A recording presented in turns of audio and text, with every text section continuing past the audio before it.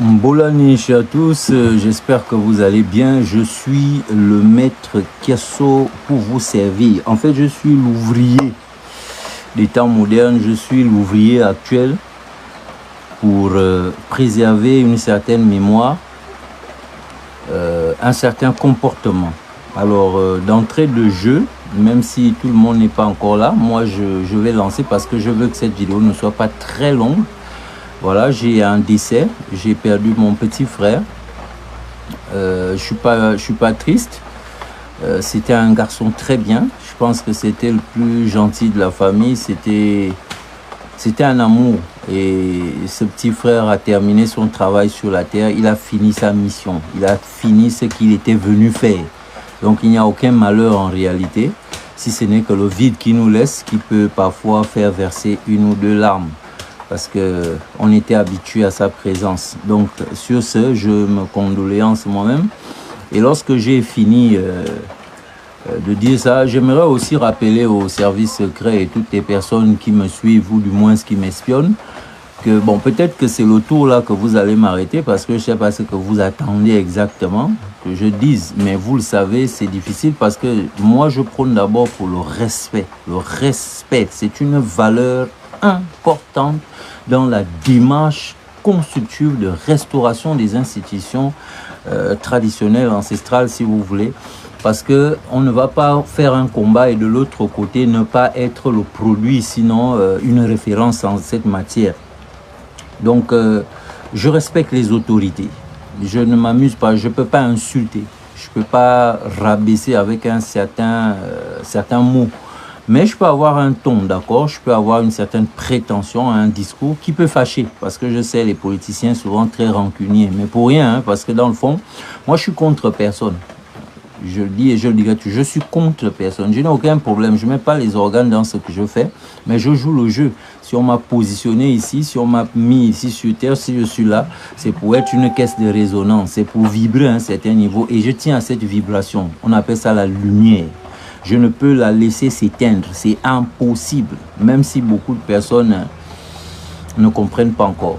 Bref, donc je vais dire des choses, je ne sais pas, j'ai déjà publié certaines choses, je ne sais pas si ça va vous déranger ou si ça vous dérange, parce que je sais que vous commencez à attaquer certains de mes proches, je ne vais pas en parler ici, mais c'est pas personnel ce que je fais. Je suis le gardien du temple, je suis un ganga national. Je suis un guide spirituel, je tiens à cette valeur, je tiens à des valeurs, à les transmettre et à les incarner. Que ce soit au sommet de l'État, que ce soit dans la masse de ce que nous sommes en tant que peuple, peu importe les institutions, les disciplines, les matières que nous incarnons ou dans lesquelles nous travaillons, nous devons d'être des lumières. Nous devons vibrer. Bon, il va sans dire qu'en tant qu'humain, on n'est pas parfait. Il y a toujours des couacs ou des choses qu'on peut nous reprocher. Mais au fond, je vous exhorte à ne pas perdre cette lumière que vous avez reçue à la naissance. De ne pas perdre cette lumière que vous êtes avant la naissance. Incarnez-la sur la terre, vibrez cette lumière dans vos pensées, dans vos discours et dans votre façon de faire au quotidien. Le président français Emmanuel Macron est arrivé au Gabon hier, c'était le 23, donc dimanche.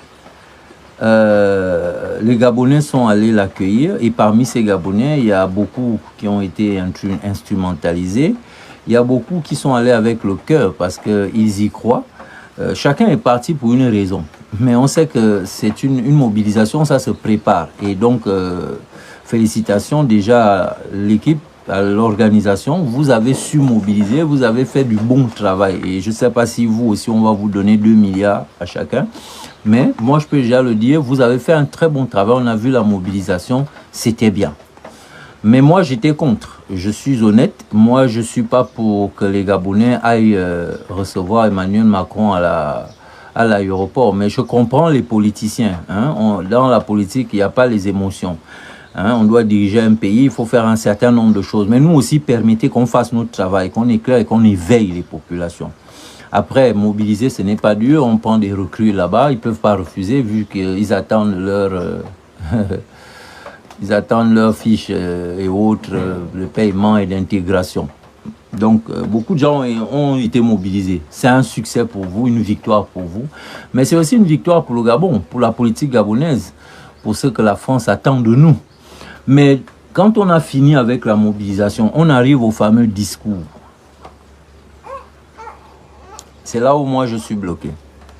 J'ai écouté le discours du président gabonais, notre président, son excellence, le président élu, Oligui Nguema. Oui, je l'ai bien suivi. Mais, excusez-moi, hein, monsieur le président, je ne sais pas, parce que vous êtes des politiciens, vous êtes des rancuniers, vous n'aimez pas quand on dit passe. Moi, je n'ai pas un couloir, je n'ai pas un inbox où tout le monde peut se parler, où je peux te conseiller. Donc, permettez que je me serve de ma page pour moi faire passer mes points de vue, mais sans mettre les organes. Sinon, je vous attends. Je suis indemne pour ceux qui sont rancuniers et qui aiment se battre avec les autres. Vous pouvez venir me chercher, me récupérer, m'amener au sous-sol où vous voulez, mais je sais que ça ne va jamais arriver. Donc, alors, c'est pour provoquer. J'essaie d'être technique, j'essaie de m'amuser, j'essaie de tenir les gens en haleine pour que d'autres arrivent, mais je me rends compte qu'il y en a qui se déconnectent. J'ai envie de dire quelque chose pour sortir. Monsieur le Président, en vous écoutant, j'ai vu un homme, un chef d'État, qui était en train de rendre des comptes. Je ne sais pas si je peux aller et retrouver rapidement ce discours. Je vous dis la vérité que j'ai eu très mal en vous écoutant, parce que c'était même encore mieux lorsque Macron était ici la première fois. Macron, hein, ou Sarkozy, je ne sais même plus qui était là l'an dernier. C'était encore mieux parce qu'on a entendu des choses. Mais ce que moi, j'ai vu et ce à quoi j'ai assisté ou entendu, non, c'est pas possible. Pas de la part d'un militaire. C'est pas possible. Vous n'êtes pas civil, vous êtes toujours militaire. Et je vous avais dit, lorsque la transition est arrivée dans le pays, là, que la transition, moi, m'a été annoncée depuis. Avant de passer à ce qui est écrit ici, là, de bâtir les bâtisseurs de la nouvelle ère. Ça, là, c'est pas Oligui qui m'a inspiré. Ça c'est depuis 2019. Les bâtisseurs de la nouvelle ère. On m'avait dit que cette période, cette ère va arriver après la transition. Et donc, quand la transition est arrivée, moi, j'ai salué naturellement la transition. J'ai salué les militaires déjà que j'ai annoncé le coup d'État avant. Parce que j'étais au courant de certaines choses. Il y a des infos qu'on a souvent. Mais par contre, de ces choses qui sont arrivées, dont j'ai été averti, dont j'avais l'information, il y a d'autres qui se passent. Et là, je ne comprends plus. J'ai l'impression, soit c'est moi qui ai été enfariné, soit c'est vous, en réalité, qui n'arrivez pas à vous aligner à ce que vous avez reçu comme mandat, réellement. Votre transition, c'était 3 ans. Ça finit d'ici 11 mois, ou disons 13 ou quelques mois. Bien, ça, en tout cas, il vous reste pratiquement 1 an et quelques pour que la transition, selon le mandat des ancêtres, des esprits, des puissants esprits du Gabon, soit terminée. Donc, nous ne sommes pas encore à la nouvelle ère. Au-delà de tout le jeu politique, de précipitation, d'élection que vous avez anticipé en effet pour faire plaisir à Macron apparemment.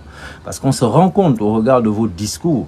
Moi, je demande aux Gabonais d'aller réécouter. Moi, je vois comme un enfant qu'on a envoyé au marché faire des courses qui vient faire les comptes. J'ai fait ceci, nous avons fait cela, j'ai fait comme ça, j'ai fait. En fait, comme si on était en train de lui rendre des comptes à ce monsieur. Mais moi, ça me fait mal, je ne vous cache pas. Je ne mets pas les organes, c'est vrai. Mais dans la dynamique de l'homme et de la souveraineté que nous ambitionnons, au niveau où nous sommes aujourd'hui, on n'est plus à l'époque où Sarkozy était ici. Quand même, les choses se sont passées, des choses se passent. Au moment où nous avons l'AES, c'est-à-dire... non, mais attends. On ne peut plus avoir ce genre de discours, ce n'est plus possible. On a fini les étapes là, les étapes Léon Mba, Omar Bongo, et même là, Omar Bongo était quand même un plus violent avec les Français parce qu'on a vu comment il a menacé la France plusieurs fois. Moi, je ne comprends pas. Pourquoi est-ce qu'on doit rendre des comptes à Macron? En fait, il y a peut-être quelque chose qu'on ne nous dit pas, mais qu'il faut nous dire clair et net.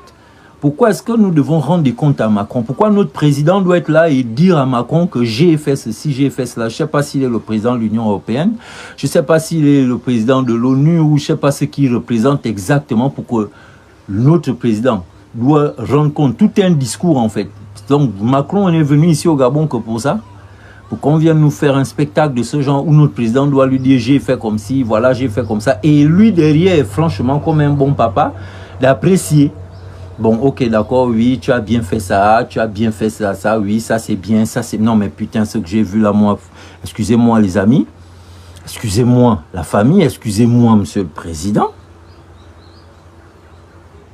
On est tombé bas hein, quand même par rapport à la dynamique de la dignité, qu'il fallait nous donner la liberté et les institutions. Moi, je comprends pas. Peut-être j'ai mal écouté le discours. Moi aussi, je vais aller réécouter. Je vais aller réécouter. Parce que j'ai peut-être raté quelque chose. Ce que j'ai vu... Je dors, oui, j'avais sûrement sommeil. Ou je sais plus. Je sais plus. Je sais plus. Est-ce que je peux retrouver ce discours? Parce que vous même qu'on l'écoute ensemble. Sinon, on va dire que c'est moi. Non, mais attends. Pardon, ne me faites pas ça. Oh là là. Non, mais sérieux. Dans les 84%, vous êtes fort. Bon, en fait, je sais pas, ça retarde un tout petit peu. J'ai du mal à trouver.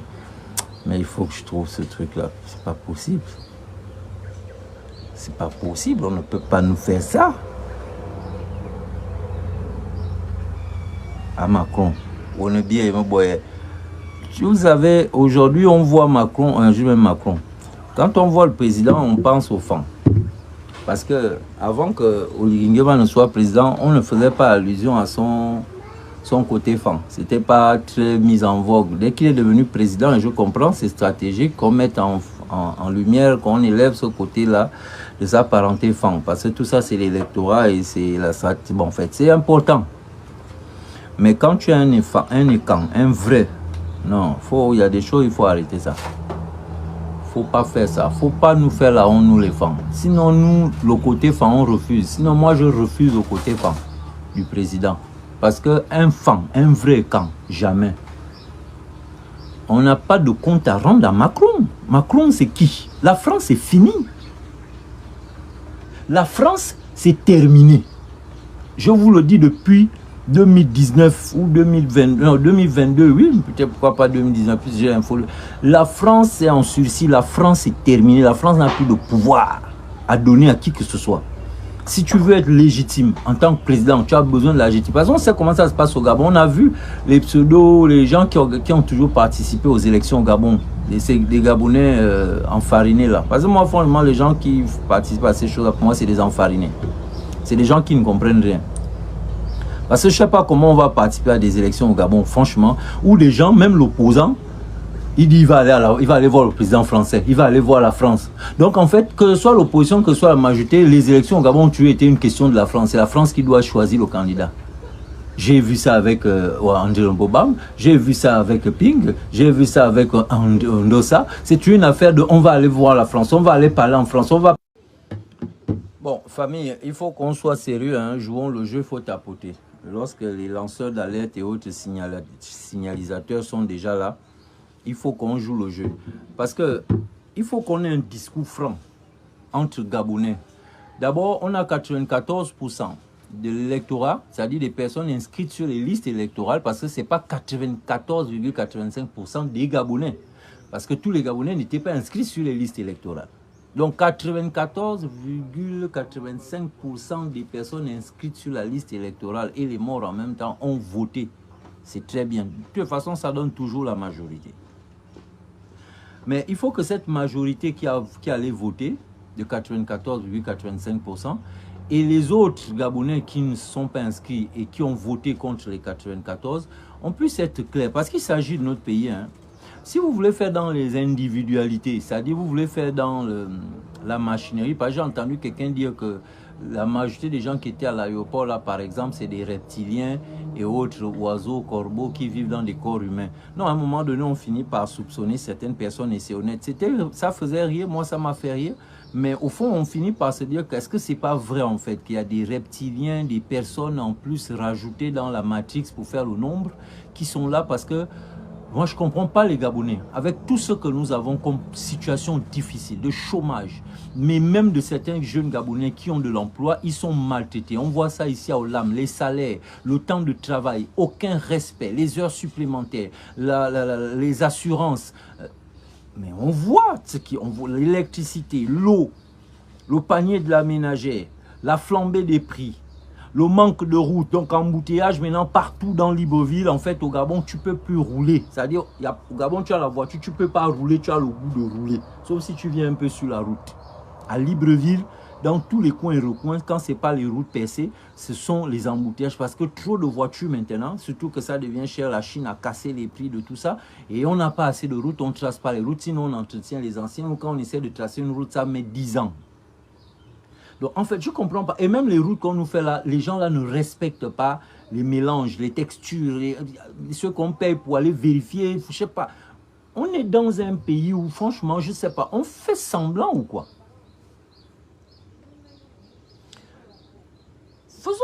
Parlons vrai, c'est pourquoi même à la télévision, il n'y a plus les vrais débats. Il n'y a pas de débats sérieux.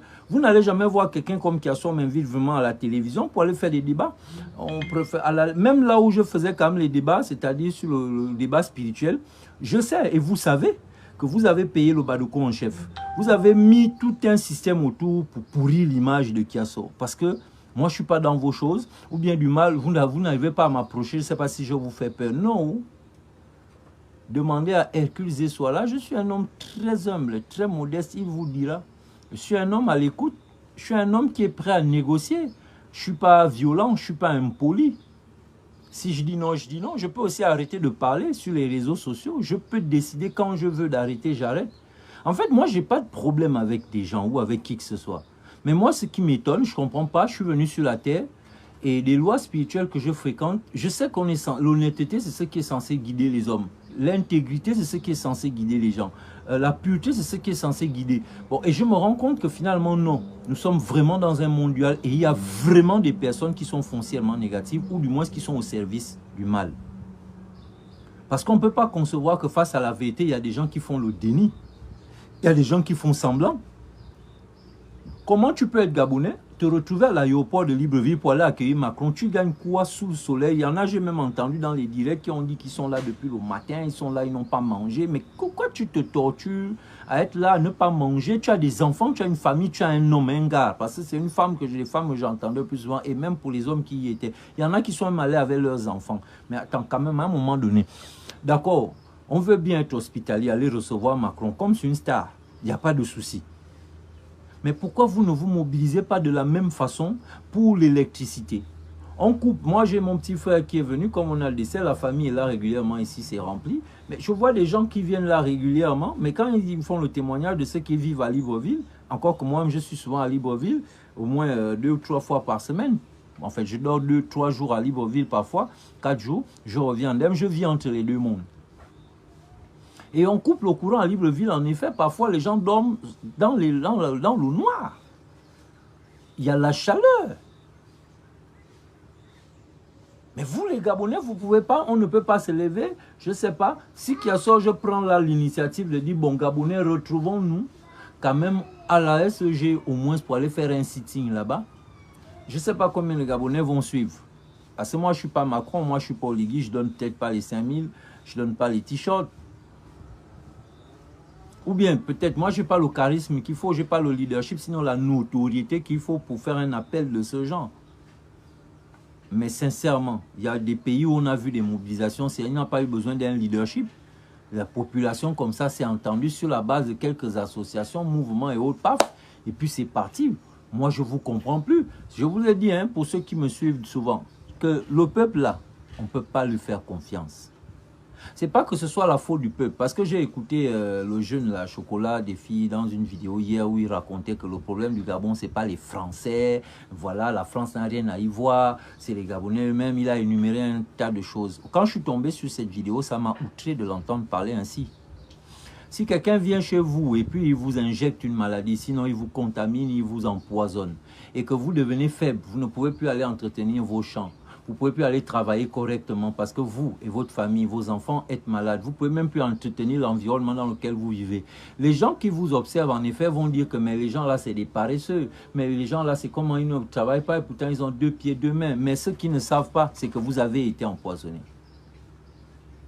Vous ne pouvez pas dire que le problème du Gabon, ce n'est pas la France, c'est les Gabonais. Eux-mêmes, non. Moi, les Gabonais, même quand je les indexe, j'ai une technique derrière. Ce n'est pas pour dire que je vais dédouaner la France pour accuser le Gabonais. On sait très bien que ce que nous vivons aujourd'hui, en termes de mentalité, tout ce que nous pouvons reprocher à notre peuple, c'est un résultat, c'est une conséquence d'un travail qui a été fait en amont.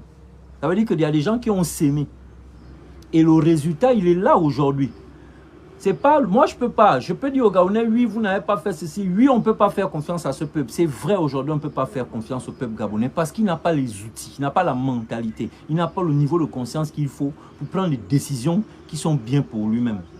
C'est un peuple qui est traumatisé, un peuple qui a peur, un peuple qui a été brisé, un peuple qui est pauvre mentalement et à tous les niveaux, financièrement. Ce peuple ne peut pas se mettre debout seul. Ce peuple-là est paralysé mentalement et physiquement.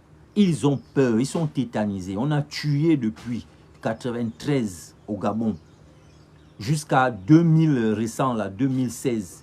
Ce peuple-là est traumatisé. Avant ça, il y a la colonisation. Donc, dans le sang qui coule dans nos veines, il y a un traumatisme qui est là. Ce peuple a besoin d'un vrai guide. De quelqu'un qui a vraiment le souci de son peuple. Qui veut guérir son peuple. Qui veut soigner son peuple. Qui veut mettre debout son peuple. Mais vous ne pouvez pas commencer à accuser un peuple qui est malade. Un peuple qui est passé par tous ces systèmes de violence depuis l'esclavage, la colonisation, les bongos et tout ce que vous savez que ce peuple-là vit jusqu'à aujourd'hui. Qu'est-ce qu'on peut attendre du peuple gabonais? Qu'est-ce qu'on peut attendre? C'est un peuple brisé. Moi-même, je suis gabonais, je sais de quoi je parle. Ce peuple-là est brisé. On reproche aux Gabonais d'être paresseux, de ne pas travailler, de ne pas entreprendre, de ne pas faire ci, de ne pas faire ça. Même là, aujourd'hui, on vous reproche de ne pas être capable de vous mobiliser vous-même pour votre propre salut. Pour tout ce que vous dénoncez au Gabon, mais pour Macron, vous pouvez. On peut vous le reprocher. Mais la vérité, là où moi je finis, et que je ne peux pas dédouaner la France, même quand je condamne mes frères, je ne peux pas condamner mes frères et dédouaner la France, ce n'est pas possible. La France qui gère pratiquement si les données, sauf qu'on nous dit aujourd'hui que les données là sont faux, 75% du pétrole gabonais, à cause des installations qu'ils ont eu à faire depuis des années, ils nous maltraitent sur les chiffres comme ça là. 75%. La famille Bongo à 18%, un truc comme ça. Je ne sais pas, je me rappelle un peu les chiffres là comme ça. Bon, le peuple gabonais, lui, a combien de pourcentage dans le pétrole? Allez-y calculer après. Et vous allez me dire que la France, ça n'est pas dedans.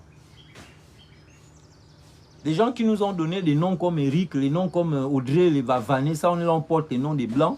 Parce que quand l'histoire, ce que nous faisons aussi, l'histoire va nous juger. Dans 100 ans, dans 1000 ans, imaginez qu'on va parler des populations qui vivent au Gabon et qu'on va retrouver des noms comme Jean-Luc. Mais on va se rappeler que c'était des noms français. Donc on va penser que les gens qui portent ces noms-là, c'était des Français. C'est ça le problème avec la question de préserver l'identité. L'identité permet de renseigner pour l'avenir, les gens qui vont étudier votre peuple, qui vont étudier le passé de votre peuple, il faut leur donner des outils pour qu'ils puissent se retrouver. Mais quand on va voir dans 1000 ans ou dans 500 ans des noms français, mais que portent des Gabonais, ils ne vont pas faire le lien vu qu'il n'y a plus de couleur de peau. Je ne sais pas qu'on va déduire, on va dire non, c'était des Français. Mais qui nous a amené dans cette imbécilité? Qui nous a amené dans la pratique de l'adoration des ancêtres des autres, Saint-Luc, Saint-Geneviève, Saint-Paul et tout le reste au détriment de nos ancêtres? C'est toujours les mêmes gens, la France est dedans, on ne peut pas les dédouaner, on ne peut pas dédouaner l'Occident pour venir accuser le peuple qui n'est que victime, qui n'est que dans la conséquence d'un travail qui a été fait en amont. Vous mettez une graine là en terre, mais selon que vous avez mis des engrais ou selon que la terre est bonne, selon que vous maîtrisez la technique pour planter, ça va donner des résultats. Donc quand le manguier sera debout, c'est parce que vous avez mis une graine en terre. Donc on ne peut pas aujourd'hui dire qu'on dédouane le peuple français, que la France n'a rien à y voir, pour venir accuser les gens qui sont victimes. Le peuple gabonais, il ne faut pas qu'on l'oublie. Regardons l'histoire, la chronologie de l'histoire. Pourquoi est-ce que nous en sommes là aujourd'hui? C'est une série de décisions qui ont été prises sans le peuple. On peut partir même là aux années 1960, l'indépendance. Pourquoi on nous donne les indépendances? Pour ceux qui connaissent vraiment l'histoire du Gabon, pourquoi on arrive aux indépendances? Ce n'est pas parce qu'ils ont besoin qu'on soit indépendant. C'était stratégique, c'était toujours dans leurs intérêts à eux. Au regard de certaines pressions, on vous donne une pseudo-indépendance, on vous fait croire que vous êtes indépendant, mais on voit bien que Léon Mba a dû interpeller la France pour demander à ce que l'ambassadeur de France au Gabon puisse s'ingérer. C'est-à-dire c'est notre président qui demande à la France que leur ambassadeur n'a pas réagi par rapport à ce qu'ils ont eu à faire. Ils attendent la décision. C'est-à-dire nous-mêmes, on a appelé l'ingérence. En dehors de ça, eux-mêmes, ils avaient aussi une stratégie d'ingérence qu'ils avaient mis en place. Parce que les richesses, les accords qui ont été signés, tout ça là montre bien qu'il y a un système, il y a une organisation qui pèse sur nous. Il y a un poids, il y a un joug, il y a un fardeau qui pèse sur nous. On ne peut pas l'ignorer. Et pour venir dire que c'est les Gabonais le problème, moi, mon peuple, je ne l'accuse pas. Même, frère, quand je vous accuse, moi, je ne vous accuse pas pour dédouaner la France. Quand je nous accuse, c'est pour l'éveil. C'est parfois pour nous choquer, mais je ne peux jamais dire que ce n'est pas la France et que c'est le Gabon ou le Gabonais. C'est impossible. C'est impossible. Ce peuple a été programmé. Ce peuple a été éduqué. C'est quoi les médias? Quand c'est vous, les gens comme vous, on met en vue à la télévision. C'est des gens qui sont vulgaires et grossiers qu'on propulse, qu'on met en avant sur les réseaux sociaux, à la télévision. C'est ça l'éducation populaire, de venir insulter les grands, c'est-à-dire dans les valeurs bantoues, on vient insulter les grandes personnes sur les plateaux télé. Voilà ce que le Gabon est devenu aujourd'hui. Et ça, demain, les conséquences, ça va avoir, comme on voit dans les commentaires, maintenant aujourd'hui, les gens disent ton bangala, ton bangala, ton bangala, ton bangala, ton... C'est devenu le mot des Gabonais dans les commentaires. Mais cette influence vient de qui? Ça vient d'où? Ça vient des personnes que vous, les Gabonais, vous suivez, que vous avez choisi de mettre en avant. Mais qui? Parce que quand on passe à la télévision nationale et qu'on est capable de venir utiliser des mots comme Bangala et devant des aînés, mais c'est qu'on est foutu. C'est ça l'éducation populaire. Et demain, lorsque le Gabonais aura une certaine mentalité, une façon de faire, on va venir dire que non, voilà, ceci, cela. Mais c'est nous, l'État, qui éduque le peuple à travers les médias. Donc les médias doivent être sélectifs. On ne fait pas passer n'importe qui à la télévision. Quand on met une personne en avant à la télévision, c'est une personne qui est un modèle. Quand on met une personne en avant dans la société, c'est une personne qui est un modèle. Mais quelles sont les personnes au Gabon qu'on met en avant? Est-ce que ce sont vraiment des modèles? Et ça, vous allez dire que c'est la faute des Gabonais. Ce n'est pas les Gabonais qui choisissent qui passe à la télé. Ce n'est pas les Gabonais qui choisissent qui passe dans les médias. Les médias ont leur éthique, leur déontologie de métier et de beaucoup de choses dans leur façon de fonctionner et donc d'éduquer, d'instruire les populations. Où sont les débats qui sont censés élever les gens? Après, vous avez dit c'est pas la foule. Mais tout ça évolue, entretenu depuis le haut. On vient de le voir aujourd'hui avec Macron qui est arrivé au Gabon. Cette attitude paternelle a été exacerbée à un niveau. Mais plus. On n'a même jamais vu ça. En fait, là, c'est carrément officiel, c'est clair. Quand mon président va rendre compte au président français de tout ce qu'il a eu à faire, comme s'il lui doit des comptes. C'est un président, l'autre est président, chacun est président de son pays. Qu'est-ce que moi j'ai à justifier auprès de Macron? Que oui, j'ai fait ceci, j'ai fait cela. Macron est qui? C'est quel baromètre qui donne quoi à qui? Que c'est lui que je dois dire ce que j'ai fait, comment on a fait ci, on a fait ça. Ça nous ramène mais vraiment même en arrière à un niveau qu'on n'a même jamais été. C'est à quoi moi j'ai assisté là, ça m'a écœuré. Et quand je vois les gens que vous mettez en avant, les discours qu'ils font pour dire que c'est la faute des Français, c'est pas la faute des Français, c'est la faute des Gabonais, mais c'est la France qui vole notre pétrole. C'est la France, ces Français là qui ont leur base militaire ici. Ce sont eux qui ont leur supermarché, prix import et autres là, pour vendre les produits français, mais jamais on ne met en avant les produits gabonais. Mais tout ça, c'est une politique, ce sont des contrats, ce sont des ententes signées et officieux, non dits, qui existent et qui permettent à ce que nos hommes politiques se comportent comme ils se comportent là. Parce que moi, finalement, quand je regarde la politique au Gabon, les hommes politiques au Gabon, on a l'impression qu'il n'y a pas d'amour. La politique n'est pas faite au Gabon avec amour. Après, on dit non, en politique, il n'y a pas d'émotion. Comment ça? Ok, il n'y a pas d'émotion, oui, mais il n'y a pas d'émotion dans le sens que quand il faut agir pour le bien de la majorité, quand il faut agir pour le bien des populations, on ne met pas les émotions. On doit le faire. On doit le faire.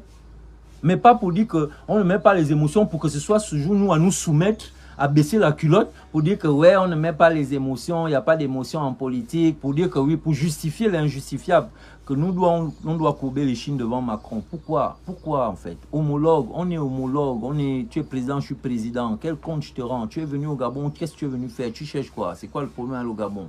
Oui, ok, voilà, je veux ça. En fait, il s'agit de ça, on parle, on a terminé. Et je te dis mes vérités, parce qu'il y a des choses à dire à ce Macron.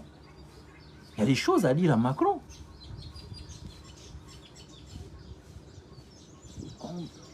Je ne comprends pas notre façon parfois de mesurer les choses, mais quand je vais dans le fond, je finis par trouver que oui, c'est un peuple qui est traumatisé, c'est un peuple qui est embrigadé, c'est un peuple qu'on a bâillonné, qui n'a pas le droit de s'exprimer. Essayez même d'aller faire un petit sitting, je ne sais pas où là, pour revendiquer pour les affaires d'électricité et d'eau. Si ce n'est pas les militaires là, les mêmes qui vous ont fait entre griffes coup de liberté, c'est les mêmes qui viendront vous bastonner là.